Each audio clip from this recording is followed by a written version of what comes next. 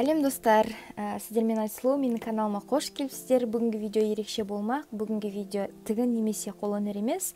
Бүгінгі видео каналымның 3-ші бөліміне арналады, яғни үй эстетикасы. Біз өзіміздің ас үйімізге шағын ғана жөндеу жұмыстарын жасаған болатынбыз. Сол жөндеу жұмыстарымен сіздермен бөлісуді жөн көрдім. Яғни қандай да бір сіздерге тәжірибемді немесе лайфхактармен бөліскен пайдалы болып қалар деген мағынада түсірілген видео. Ендеше кеттік, бастайық.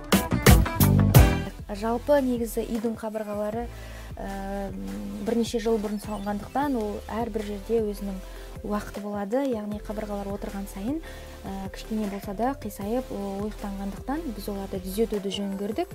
Ең алдымен түзетпес бұрын босап тұрған жерлерінің барлығын түсіріп, яғни топырақтарын, жалпы саздарын барлығын түсіріп, орындарын штукатуркамен арнайы сылап, бітеп, тегістеп қойған болатынбыз.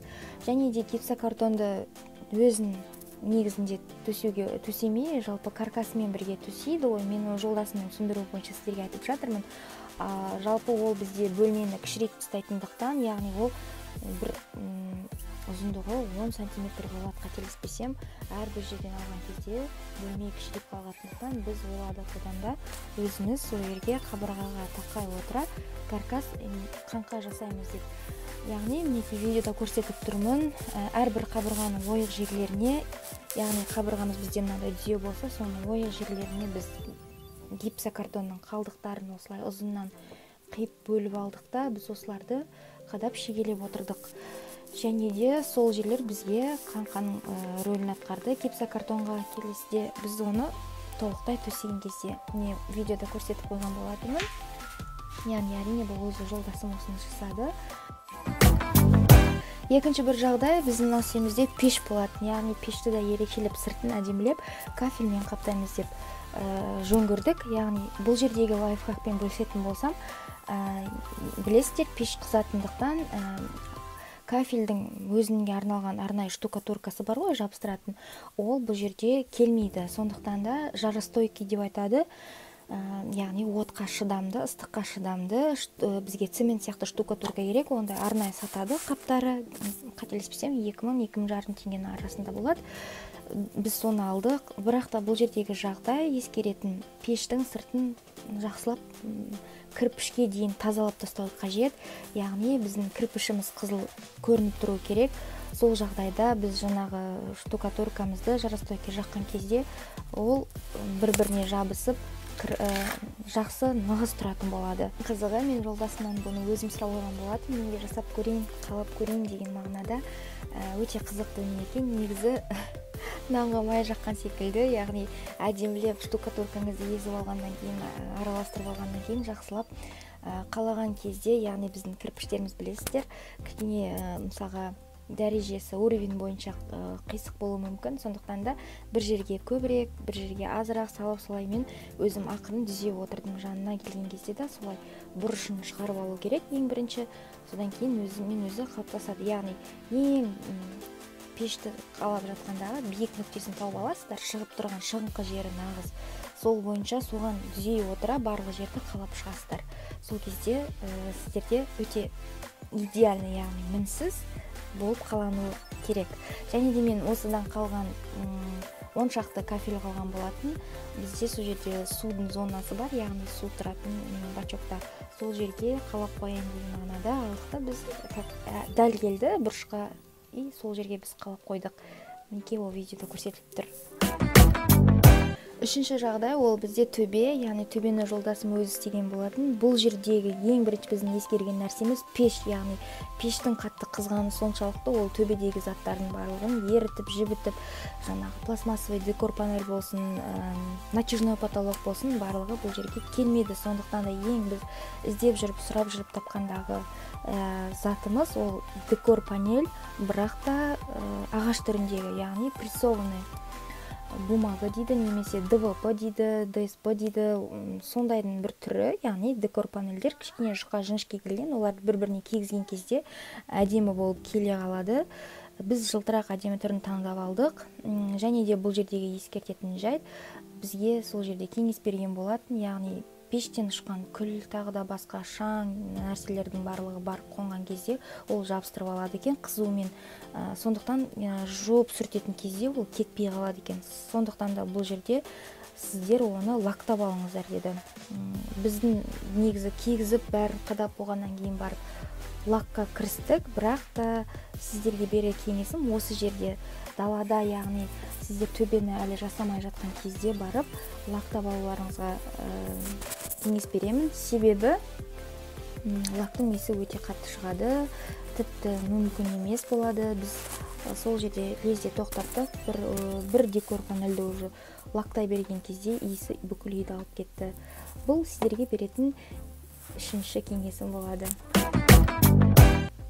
Және де төртінші жағдай, ол қабырғаға қайтып оралайық. Яғни қабырғаны біз гипсокартон қадап орнына қойдық, және де оның сыртын біз гипспен жағып шығамыз. Яғни гипстеп болғаннан кейін, яғни әдемілеп наждакпен өтіп жеп барлығын бізде аппақ қабырға болады. Яғни біркелкі біз оны әдемілеп бояуға кірістік. Біз көк түстегі колер сатып алдық, және де акриловый краска алдық. Акриловый краска алған себебіміз, яғни ол бізде жуылады. Краска өзіне жағылмайды, не эмульсия, ақбалшық секілді емес. Яғни оны және де сумен араластырса да өте керемет өзінің функцияларын атқара береді. Ескертетін жайт, бұл жерде біз өзімізге керекті түсті аламыз деп араластыра беріп шамалдан кейін бояған кезде қатты қою болып кеткен сияқты болды. Яғни 1-2-3 тамшы салса да жеткілікті деп ойлаймын, бірінші көріп алу үшін. Және де ол гипсқа сіңіп кеткеннен кейін барып, толық кепкеннен кейін барып қана басқа бір түсті эффект беретінін ескертемін. Яғни алдын ала тест нұсқаларын жасап алыңыздар. Бұл жерде сонда ғана барып сіз өзіңіздің қажетті нәрсеңізді білесіз. Біз яғни көп салып қойдық деп ойладық басында. Бояған кезде біз уже көріп жатырмыз қоюланып жатқан, бірақ та ертеңіне кеткеннен кейін біздің өзі нақты түсіміздің керек түсіміздің орын алғанын көрдік. Сосын әрине қуанып, жақсы болды деген мағынада. Ашық, сондай бір аспан көктің ең ашық түсін қаладық. Біз сол түспен бояп шықтық. Келген кезде әрине бұл оңай айтылып отыр. Қазір тұрғанда негізінде сол моментте әрине өте қиын болды. Сіздерге өте қиыншылықтармен қатар түсініспеушілік те болады, әр адамның өзіндік ой пікірі болады деген сияқты. Сол жерде сіздерге ең бірінші керек нәрсе ол сабыр. Және де ақылдасу арқылы, есеп-қисап барлығын алдын ала есептеп болжамдау арқылы ғана сіздер жақсы нәтижеге жете аласыздар. Және де соңғы видеомның мына жерде көрініп тұр, кухонный фартук, яғни кішкентай кірпіш секілді фартуктар кухняға біз жасаған болатынбыз. Ол кәдімгі пластмассовый фартук болатын. Бұл жердегі сіздерге соңғы лайфхак. Біз оны әдемі тас күйінде тұру үшін ішіне біз бірінші гипс жағып алдық. Яғни гипсті толтырдық мына жағына. Яғни басқан кезде ол кәдімгідей ішіне қарай кіріп кетпейді. Және де соны қабырғаға өлшеп сызып алдық та біз қойған кезде ол қабырғаға өзіндігінен жабысып қалды бұл фартуктар. Және де ақырын білдіртпей кейбір жерлерден шегемен қадап қойдық та, ол шегенің үстінен де гипс жағып білдіртпей қойдық. Яғни ол бізге расымен де сол жерде кішкентай камушкалар, яғни тастар әдемі болып тұрғандай эффект берген болатын. Бұл да бір соңғы лайфхак деп ойлаймын. Яғни біздің ойлап тапқан сол жерде. Мүмкін ол барда шығар, басқаларында сондай ойлап тапқан. Біз дәл сол жерде өзімізге өзіміз жаңалық ашқан болатынбыз осылайша.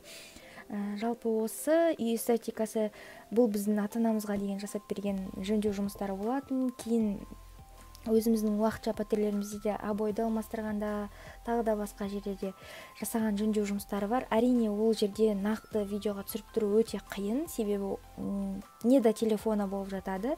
Сондықтан да мен сіздерге осылай өзім түсіндіріп берейін деген мағынада осылай видео түсірген болатынмын.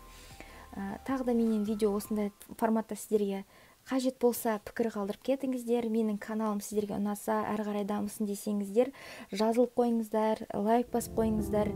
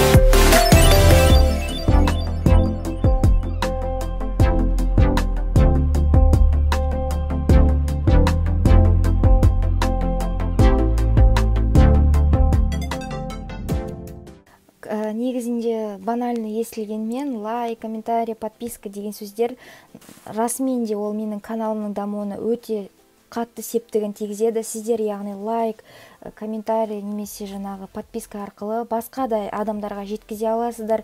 Шынымен де осы видео біреуге нақты пайдалы болуы мүмкін. Сондықтан да сіздерден тілейтінім, яғни сұрайтыным, өтініш, подписка жасап, каналымнан, видеоларынан алыстамас үшін жасап қойыңыздар. Екіншіден, ұнаған болса, сіздердің рахметтеріңіз деп білемін. Лайк, комментарий қалдырып кетіңіздер. Тағы да видеолар шығатын болады каналымнан. Алыстамаңыздар. Сау болыңыздар. Сіздермен болған Айсұлу.